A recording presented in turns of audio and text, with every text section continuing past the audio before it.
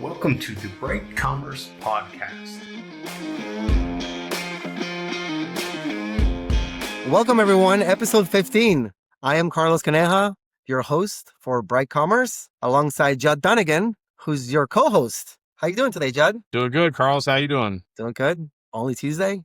Who knows what the week's going to bring? And today we have a special guest. This is Brian Seaman. He is with GoBeyond SEO. How are you today, Brian? Oh, so I'm doing great. Good to be here with you guys. Good to have you, Brian. Tell us a little bit about you and your agency and what you focus in. Yeah, absolutely. So started my agency about 16 years ago, GoBeyond SEO.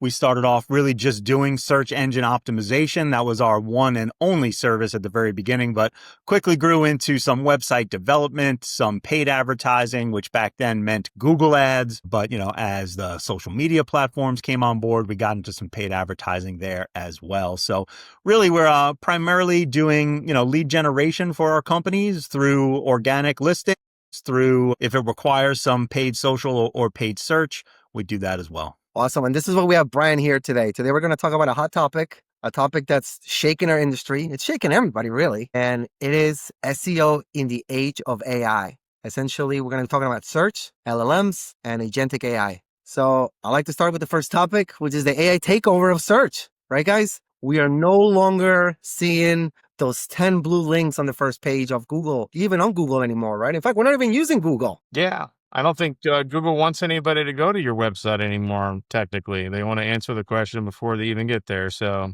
it is their new strategy. No, go ahead, Judd. Yeah, it's a new strategy, I guess, where it's like it used to be our search will connect you to websites to our search does not want to connect you at all to websites. We're going to answer all your questions before you get to the website. So. Yeah. It's like they took it. That's been their strategy, I would say, for probably at least 10 years now. They were trying to keep people on that search engine results page. And I think the goal was the longer we can keep them here, the higher the chance we have of them clicking on an ad. I feel like they've crossed some line at this point, though, where they're not even really showing ads at the top anymore. It's just these AI overviews. So it's like they've almost gone one step too far. Who knows what? They're making adjustments. Who knows if they'll step back a little bit or not. You made an interesting point there, too, because, AI will answer the question now. And it's not like you have an ad inside the AI results. It's so you kind of wonder if they are going to put ads or some sort of sponsored way to show up in their AI results in the future. And I'm probably going to say yes at that because I'm going to go with yes. Yeah, that's what they are at the end of the day. Yeah, I'm sorry. Well, chat, are they going to be doing that? Is OpenAI going into that? I heard ChatGPT is looking into adding ads inside their stuff. So I'm not sure. I hope not. I mean, I don't want to. It's like I understand why, but you already, Google's free, right? So it's a free search engine. You can go search. It doesn't cost any money. But if they do that with ChatGPT, it's kind of like I'm already paying you enough. Why do I now need to see ads on top of that? And so I think that would be a bad idea. I think they're exploring it though, which is horrible. It's kind of leads into the next segment, which is how Google's adapting, and really it comes down to, I guess, flow, right? So the beauty of Google is that you get the answer, but at least Google is still going to give you some kind of link that you can click to or click into, and essentially continue your journey through the web, right? Yeah. They're changing how they show you those links, though, right? I mean, that's really what we're talking about. The 10 blue links are still there. They're just not getting clicked on as much, right? I think there was a study done back in March by SEMrush. 60% of all U.S. Google searches end without a click. So that's pretty amazing. And I have to imagine that Google wants the other 40% to be clicking on ads, right? I mean, that is their cash cow. They can talk about driverless cars and they can talk about, Gmail, whatever else, but where they make their money is on these ads. And they're going to need people to continue to click them. So I think that we're just seeing them really start to experiment with how do we show these search engine results pages in a way that is good for the users, because we got to make sure they're happy and they come back, but also will get us some clicks where we need them to be. Yeah, you think like click-through rate or CTR is ultimately dead? Or do you think it's still there for like the GMB listings, for example? Like, let's say I'm looking for a plumber. I definitely think it's still a wait for sure. And also like there is black hat or gray hat, sites out there that actually manipulate the CTR still, like SERP clicks with an X.com.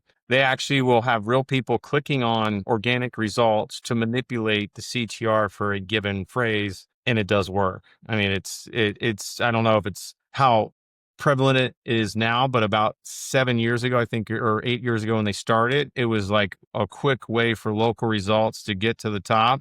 But you risk, obviously, that's getting penalized. So I still believe that's a huge weight for SEO as well. Yeah, I guess what I'm saying though is that does the AI overview, or when you go into Gemini mode? By the way, is it called Gemini mode, or what is it called when you interact Yeah. with the LLM directly? AI mode. It's AI mode. Okay, yeah. Yeah. I guess that's kind of what I'm trying to drill at is, does it impact all sorts of businesses, or does it just not impact, the local Good. business as much?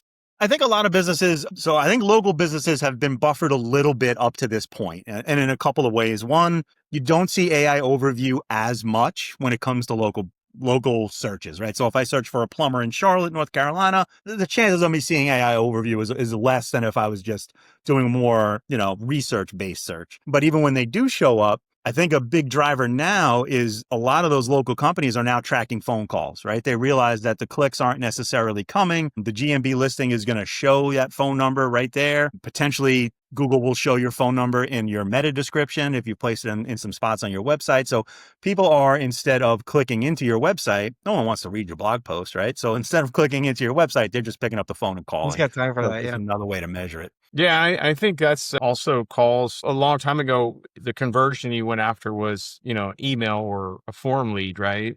And I think now calls are way more prevalent into what people go after is the actual inbound call. One, because they realize that it converts better. I think there's statistics back in the day that if you didn't answer the email or form lead that came in within 5 minutes, like 90% of your chance to get that, to land that deal is gone away. So I think really, it's pushed to calls. And in which case it's like, if you already get someone to call and contact you and someone's ready to pick up the phone, at that point, the website's really secondary to sell them in that customer journey. So I think, with ads, it's really, we talked about like local businesses. Google My Business is what is starting to let, those businesses rank more so than the website. The website, I think, is literally considered now a weight alongside your Google My Business listing, which within that listing has weights, like reviews would be one of them. I think if you had 100 reviews and they're all good and you're 5 stars and your competitors only have 10, but you have a very mediocre website that has not a lot of SEO footprint, you more or less might rank higher in that case. So I think the weight just determines on your brand's authority in that. Yeah, and kind of to touch on that point of the call only. I mean, we've kind of saw this with LSA ads, right, guys? You notice that they only have the prompt or the call to action to call, and I think that's just a method of Google saying, "Hey, we're sending you a call because your chances of closing this potential customer becomes way higher, right? Or customer acquisition chances become way higher versus somebody emailing, not knowing how to type up the email, then waiting for a reply and going back and forth, with might eventually lead into a phone call. But I think that's ultimately why, right? Google wants full control of that too. But yeah, Yeah.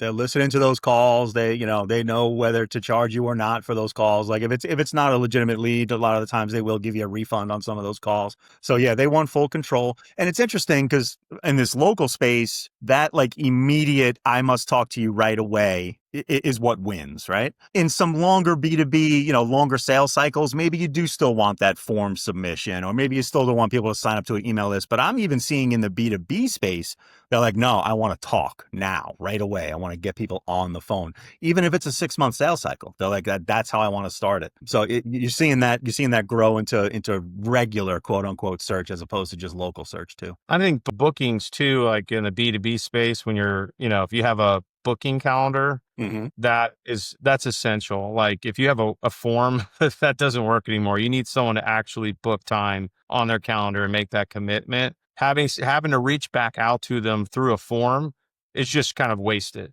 If they have a booking calendar and they pick a time, you're going to meet them within that time. You hope. I mean, you hope they show up. But I think that's another kind of change that happened where forms are just not it anymore. Like I think booking calendars are where it's at too.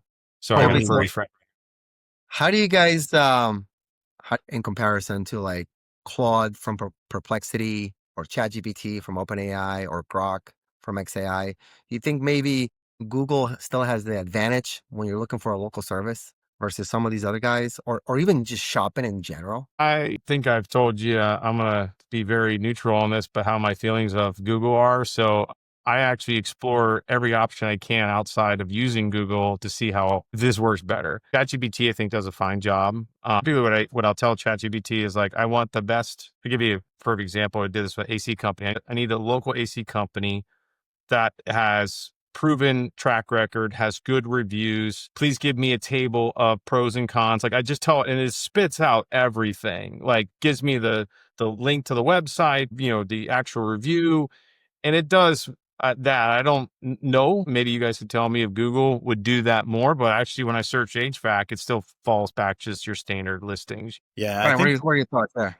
I think the advantage Google has still is the volume of traffic, right? I agree with Judd. I would go to ChatGPT and ask that question as well, but we're deep in it, right? There's Google, you know how much money Google pays Apple to be the default search engine on Safari? Yeah, I think it's like 20 billion, right? $20 billion a year. I mean, that shows you how much it's worth.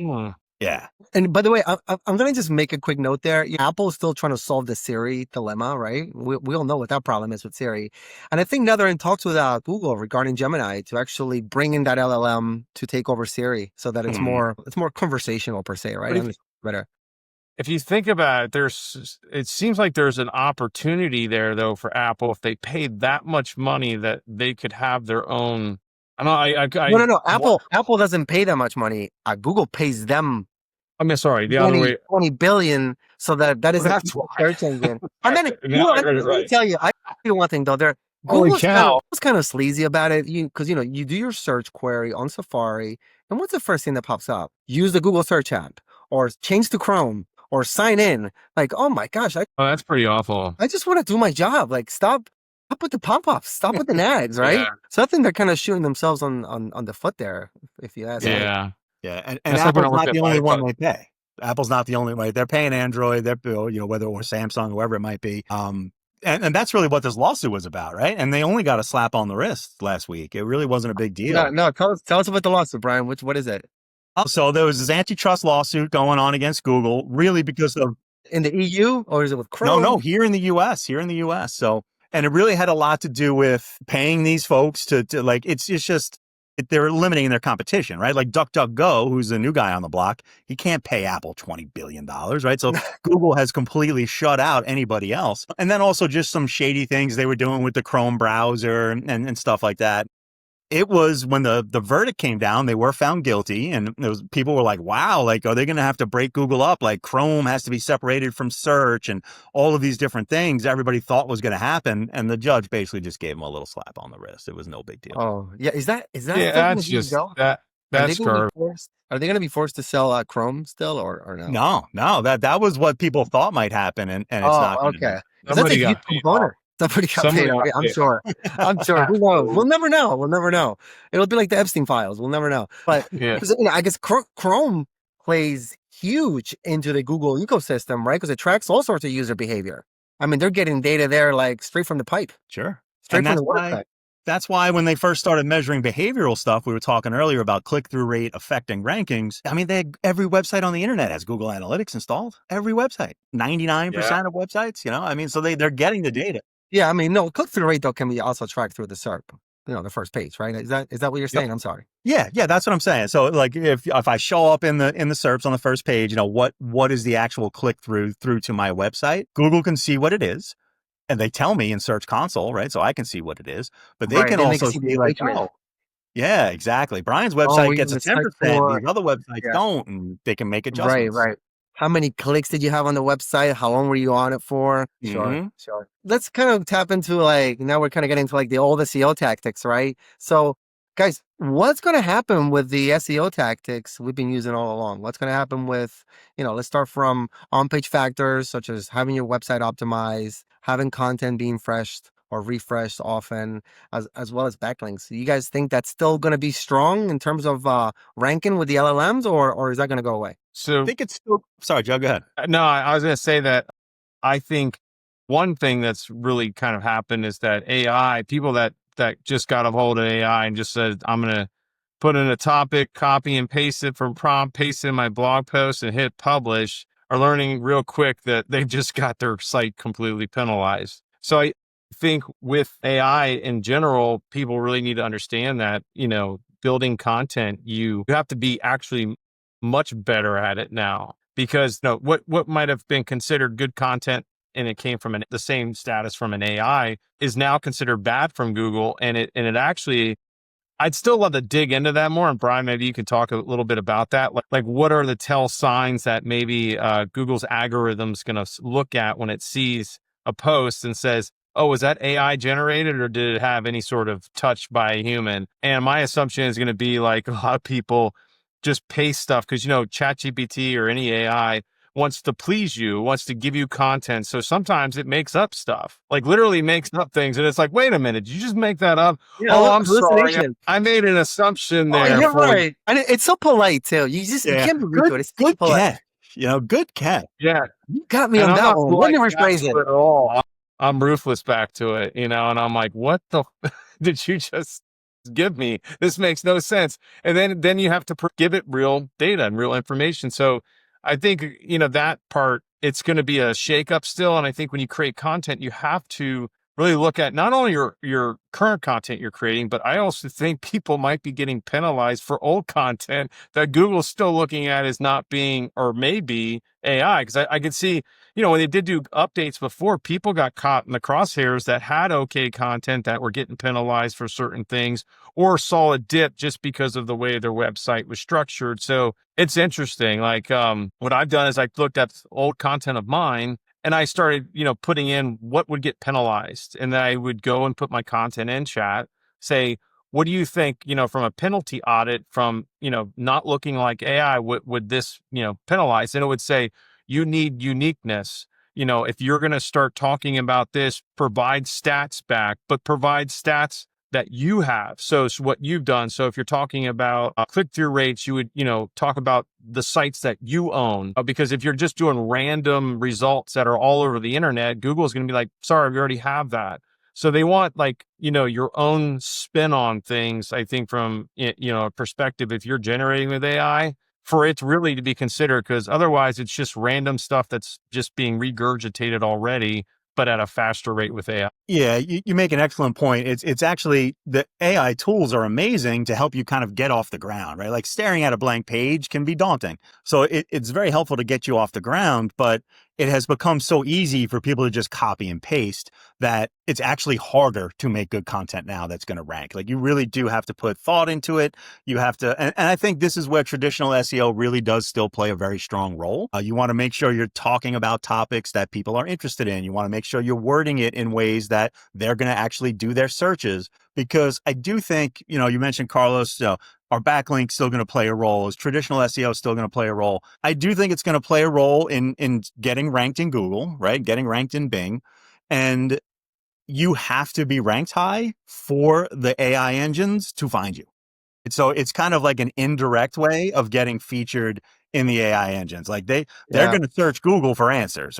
Right. It's almost like the LLM is being a proxy. Exactly. It's like the LLM is essentially like your own personal Google search assistant, right? And they're looking at not just Google, but Bing and Reddit and LinkedIn and wherever else. Judd said it earlier. He starts his journey there, and then he brings it over to Google when he's ready to take action. I'm actually going to take back that, ChatGPT were to have its normal prompt and leave that kind of untouched, but provide a suggestion, which would be an ad or alternative that would normally not come up there. So someone could be seen that's still a good choice, but not a big guy. Because that's what Google does. It caters to, the bigger, more dominant, I'd say, brands in the industry. Yeah. Well, that was also, because that's another avenue to advertise, because I'm done with just dealing with the Facebook, TikTok, Google. Like we need more places digitally to advertise, in my opinion. And it's just, before 2010, I felt like there was massive amounts that you could spend all over the place to reach people. Now it's like they only go here, here, and here. You know what I mean? It sucks. It's annoying. but it's not, it's also easier, right? You want to go where the masses are. It's like when you set up a store. You know, are you going to have a store in Times Square in New York City, or are you going to be, somewhere upstate New York in a little tiny town, right? What's going to drive the traffic? What's going to create awareness, right? That's why it's good. I think it's good that it's kind of like consolidated. What's Yeah. in, also what's good is this too. Google was cheap to advertise on, 15, 20 Not years ago. anymore. Not anymore, right? Meta then came in and it was cheap to advertise on Meta. Anymore. More. Now it's TikTok. It's actually now cheaper to advertise on TikTok than anywhere else. Anymore. It's going up too, buddy. It's all gone up. It will continue to go up, but I'm just saying, I think that's still like the cheapest cost per ad is TikTok's TikTok. great if you want to sell product. I think it's No, definitely way better than no Facebook. doubt. Yeah. Facebook neither was able to cross that bridge to sell product. They tried to put Facebook shopping, which was an utter train wreck. I mean, you probably have had to try to install that plugin for WooCommerce. That all went away. Yeah, all that stuff went away, right? You don't have that anymore. I think it's still there, but the reviews, I don't know. I think Facebook shopping. I don't think anybody uses that. Yeah, I think it was because there was all sort of plugins out there that would sync your products with your Facebook page. It was awful. They just went in a different direction, right? But TikTok now definitely owns that. I mean, it's insane. Their advertising model is just amazing. The way you can outreach influencers right within the platform, it's amazing. Oh yeah. And I've returned probably 9 out of 10 things I bought because they were pieces that were garbage. Yeah. Well, I got sold on it. That happens on Amazon too. Cool. Yeah. And then I bought them like, I need this. The best salesman in the world are just random people that just pick up a product. Hey, this is awesome. And then you buy it. And the next you know, it's like, why did I do that? Yeah. Impulse buyer. That's me. Yeah, of course. We all are. Listen, we're all human. Yeah, it's all of us. Just kind of going back to the old SEO tactics, guys. In terms of generating content, what would you have to say to our users if they're the ones creating content for their blog? Should they use LLMs or should they not? I would say yes. Use them responsibly. The way that I treat an LLM, I'll use Chat or I'll use Claude to help structure a blog post. I treat it like it's an intern.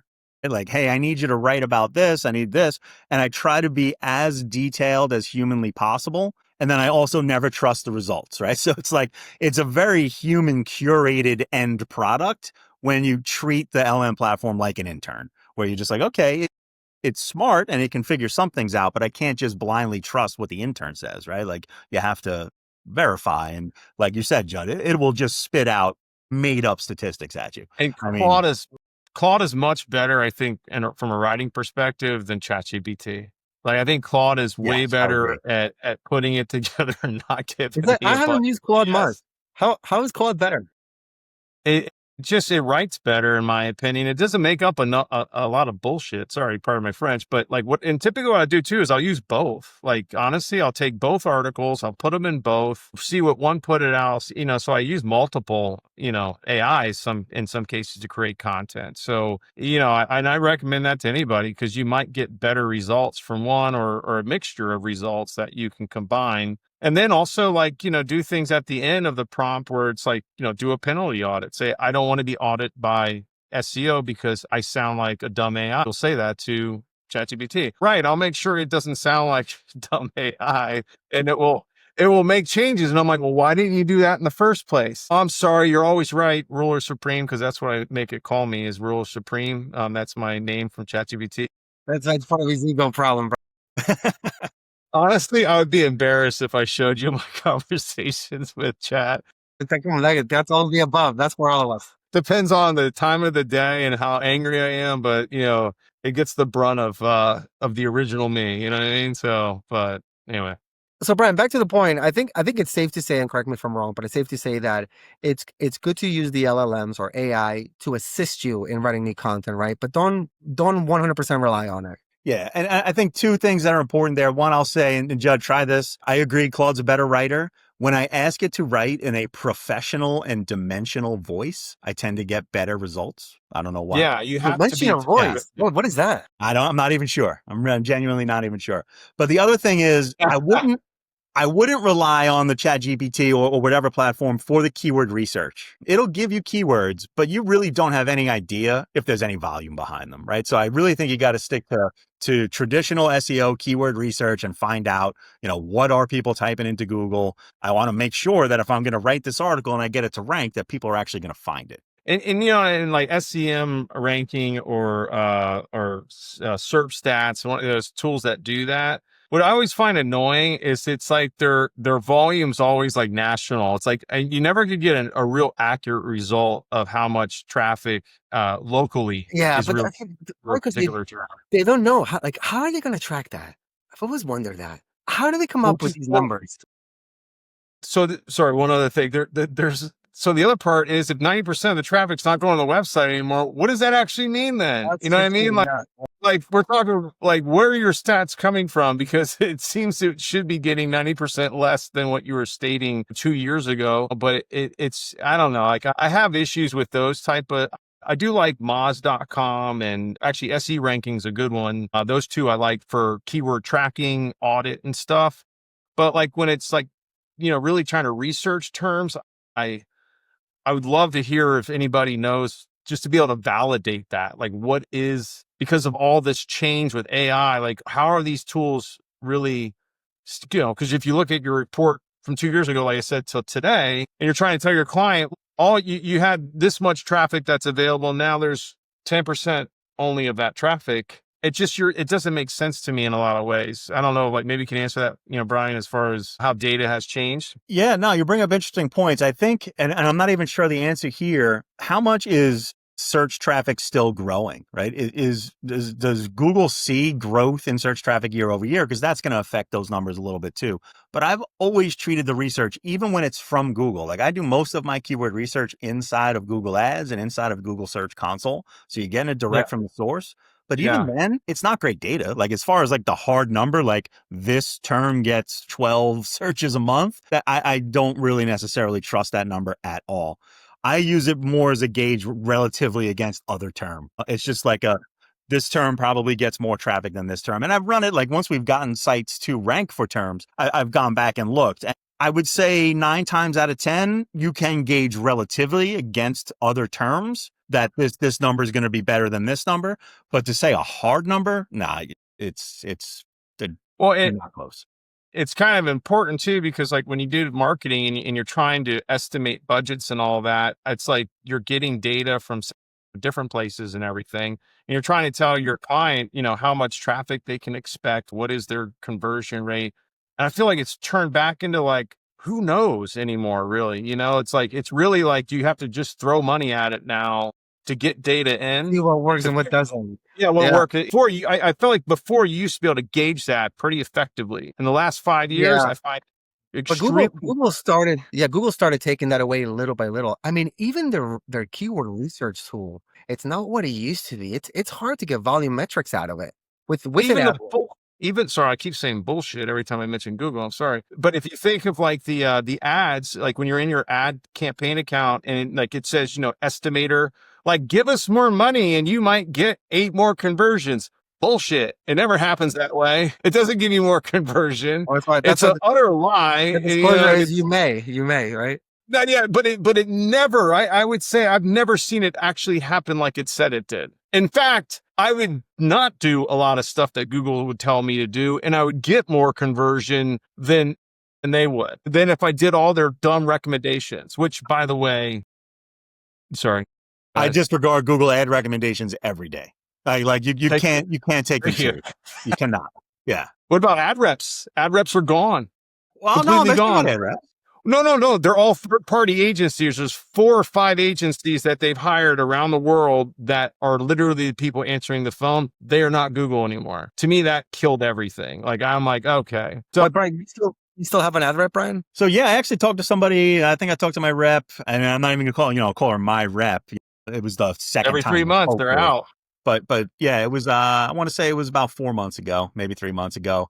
I think I just recently got an email like, hey, talk to this new person. The churn that they have is incredible. And it's a sales call. They're trying to get you to do things to increase your spend. So it's like in the Bahamas where they for every 6 months, they have to swap out the police on each island because they're afraid they'll be bought within 6 months. Oh my gosh, you're kidding me. It's the same thing at Google, man. I'm like, why are you swapping them out so fast? Oh my gosh. 3 months is not a lot of time to help an agency. You know what I mean? Anyway. True. It's very true. Yeah. I'll stop on my head. All right. So kind of going back to the AI guys. So the next phase of AI It's been said, and we're kind of seeing it there. We're already seeing it with OpenAI, is the agentic age, right, of AI, where the LLMs are actually going to start doing tasks for us. Tasks like, hey, book an appointment with my dentist, or go on the web, search for the best toothbrush, and get 3 of them delivered to my house. It's actually going to do that for you. What do you guys thought on that? What are you guys thinking? Yeah, that's starting to enter a whole new world, right? That's a brave new world right there. And it absolutely is starting, right? Tools like Calendly we mentioned earlier. It's essentially let a bot talk to my Calendly and let somebody, book something on my calendar. There are small ways this is happening now. And I think that's why it does make Google, I think, a bit more important from a traditional SEO perspective, because really getting there is the only way that these bots and these LLM platforms are going to end up finding you, right? So if somebody says, hey, go, read the reviews and do this, the LLM's going to Google to do that. So I think it does put a premium on some of that more traditional SEO stuff. But then there's also, so they call it GEO, right? Generative engine optimization. So if you're trying to optimize for chat or Claude or whichever one it might be, this goes, and I think, Judd, you touched on this earlier, this goes beyond that traditional SEO stuff into branding and visibility and making sure that you're a local business, get featured in your local newspaper, be on the local news, make sure you're in local directories where people can find you. If, let's say, you're a local lawyer, make sure you're not only in local directories, but make sure you're in Avo and Super Lawyers and all these other places where, honestly, 10, 12 years ago, I told lawyers, you don't need that stuff. Now you really do. Like, you need not just the links, but you need the mentions. You really That ties into citations, right?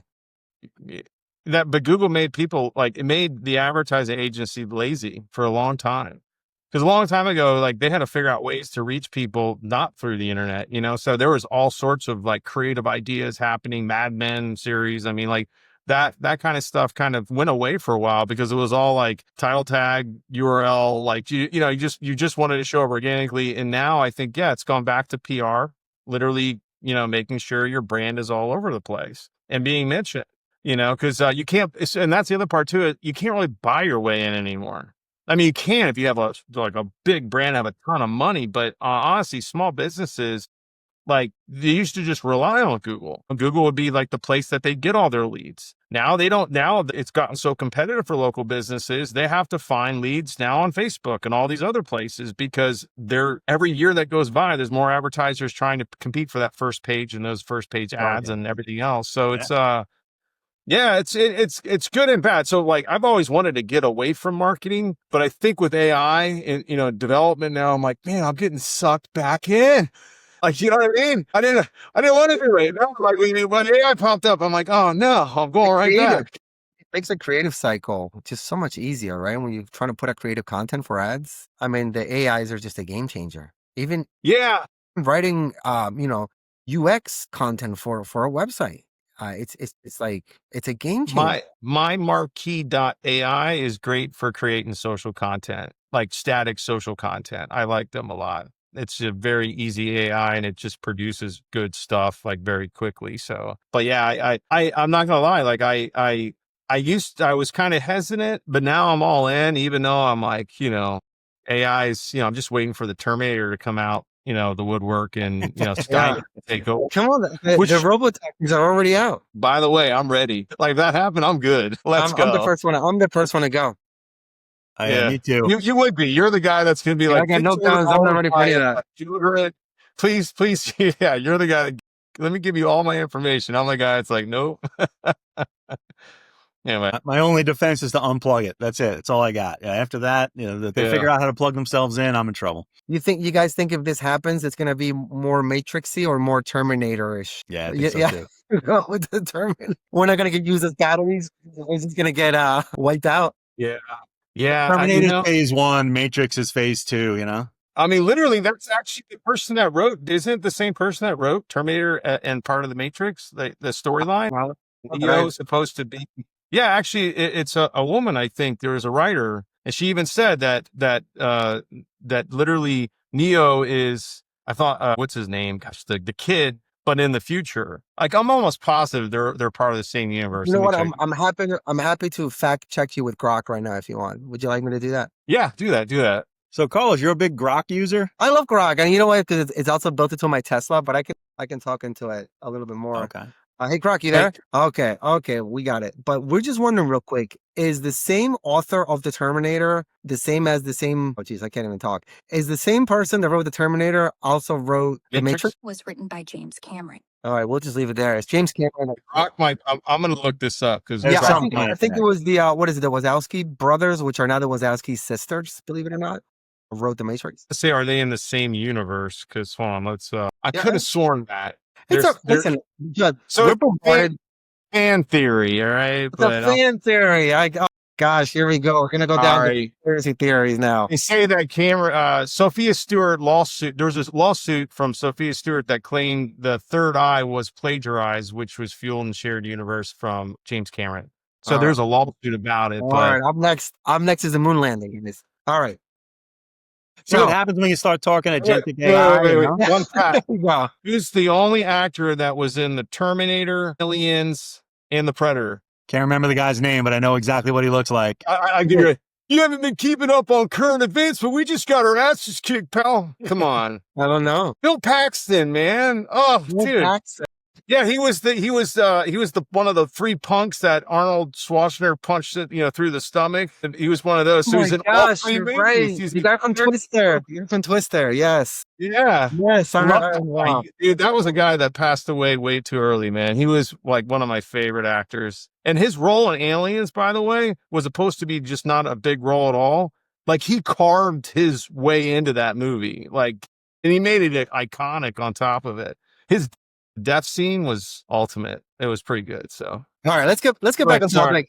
Yeah, let's get back on topic. So, I mean, we can definitely say, aside from the search thing, the advantages that it's given us from business owners to doing work for customers, in terms of the AI tools that we use, it's been dramatic, right? I mean, it's been a huge time saver, right? I mean, we're talking creating content, coming up with strategies, all the different tools out there. I mean, that's been a huge boost for us. I mean, I know we're saying that, like, gosh, the bots are coming, it's killing search, but there's also like a positive swing on the pendulum that's kind of giving us all that. I mean, wouldn't you guys agree? absolutely. 100%.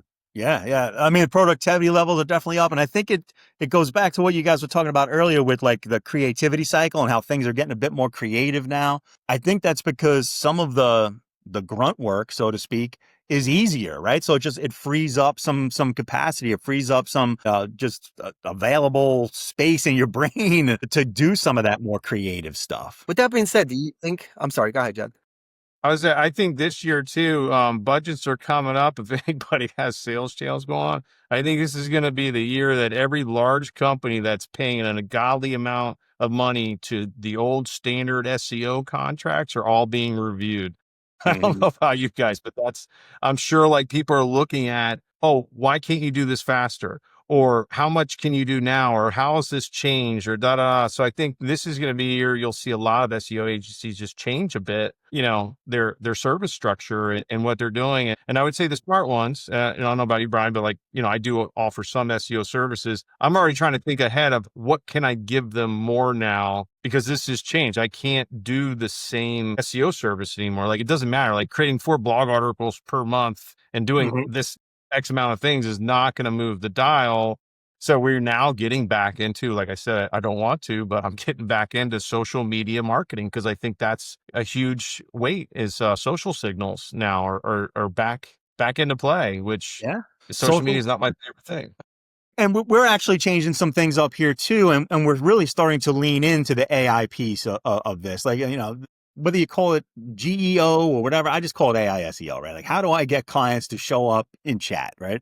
So it's a very early stage discipline. It's kind of like SEO 20, 25 years ago. You're figuring it out. But I'm definitely seeing the brand visibility piece is huge. So social media is definitely going to play a part in that. And really getting mentions is huge. And I do think it opens up some creative ways to go about things, right? Like making sure whatever sources chat's looking at, my clients are there.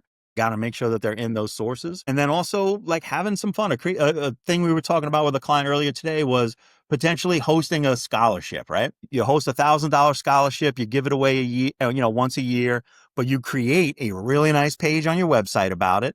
You're going to give to a kid whatever parameters you want to put around it. And now you've got something that you can reach out to your local news about. You've got something you can reach out to other websites about. People are going to link back to it, right? Like it's something that Great you can idea. do that's going to be a little bit different, a little outside the box, but being able to create these things, links, you could pay I'm gonna steal that $1,000 one, for 2 Brian. weeks. That's Oh, a great either way, idea. absolutely, yeah. That's really supporting, the youth and providing something like that. I think, or not even the youth. Maybe it's someone that's, trying to go back to Or school and trade just, schools, yeah.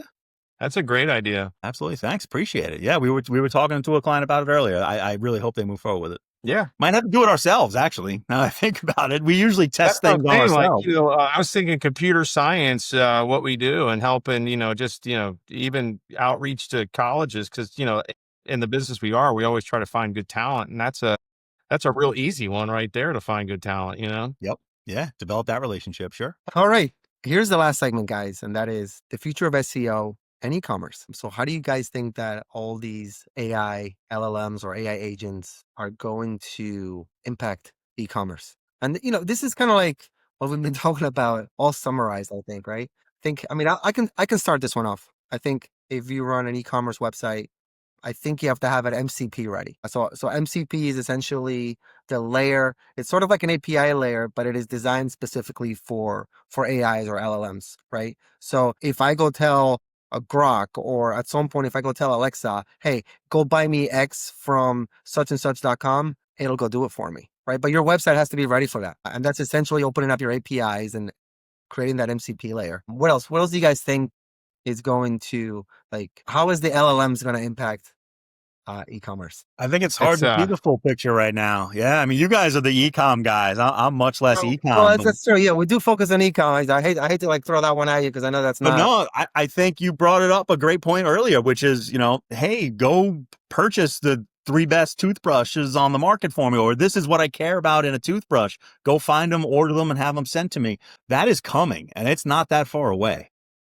I think literally a site that just does that, an AI Mm-hmm. prompt that does that for you that you can store would be, I'm so more likely someone else is buying it or building it. But I think because, subscription models on Amazon, people are subscribing all the time to stuff. This is literally doing that automatically, Well, which Amazon already kind of does it. You can order through your Alexa device. yeah, It's a little clunky Mm-hmm. in terms of that you can tell it to go buy something it previously bought for you. I usually find that to be the most efficient because sometimes you'll tell it to buy you something and it starts reading things to you and you just kind of lose it. But so this would work like if I was to ChatGPT, I use my voice prompt and I say, go buy this for me. It would go buy it or be able to buy it. pretty much. And Good. it's kind of doing that today already with other platforms. You're still- It just hasn't fully tapped into e-commerce I yet. see so much fraud happening there. I just see so much fraud. I mean, Judd, fraud's going to be there always, no matter what. Been around forever, yeah. Yeah. Do you see? Now, We no, don't I'm see just saying, as from an much. AI perspective, you can now fake someone's face. You could fake someone's voice. You could, just imagine, what? Yeah, that's just, yeah, it is one of those things. I kind of see how that might be helpful. I just don't, I don't know how practical yet it would be, or it would have to be a really smooth and easy experience. And there have to be some way that after, in that journey where they go and order something, they would have some sort of way to verify it. It would send back on their phone, this is what you just asked for. This is what you just ordered. Do you want to confirm? And you would confirm it. Now it would kind of eliminate fraud, but also kind of, there has to be that aspect to it, I think, versus I know and there's got to be some checks and balances at some point. Yeah. yeah, I think they'd have to click, but it would work. Yeah, Yeah. absolutely. Maybe it takes, the first phase will probably be like, hey, you got to have an account with the e-commerce website and maybe one previous actual sale that was manual, quote unquote. So are you building this or are both of us building this? I guess we're both going to build it. I'm not sure. It's funny. I've already looked into it. It's already part of, let's look at WooCommerce. It's already part of the WooCommerce API. You just got to expose the API inputs in the right way. No, by the way, not only for doing transactions, but also for putting out prices on products that you actually sell. So if you tell your LLM, hey, I'm looking for we'll use toothbrushes again, right? On your website will come up and say, well, this website has them for XYZ. Yeah, I did kind of, yeah, I think there's definitely a future for that. I think also too, like what I would love to see is I would think video is going to start taking a larger role in online. Because it's easier to produce, right? Like what Yeah, used to be a $5,000 production can now be done with like, I mean, look at this podcast, right? I mean, doing this 5-6 years ago was so difficult compared to how we do it now with minimum manpower. We use like AI tools to do most of the work for us on this. Yeah. From the scripting to the post editing to enhancing our voices, moving all of the ums and pauses. It's just it used to cost $200 to do that. Now it's a click away for $25 a month. And Meta, I think, Meta, like they literally went to Meta to try to make the metaverse. That never worked out. That was, I guess, I don't know if that was a big failure or what, but that wasn't a big failure. Yeah. I mean, that's where I see kind of like we have the search engine, the internet's kind of old. There has to be some new version of things in the future too, like 10 years down the road. I see something. I think what that's headed is more like a augmented reality, like built it like Meta has stumbled its way into a great product, which are the Meta glasses. I mean, I see kids wearing them all the time. Not even kids, like people my age too. One of my friends has them. And have you tried them? I'm not trying them, but I've come this close to buying them.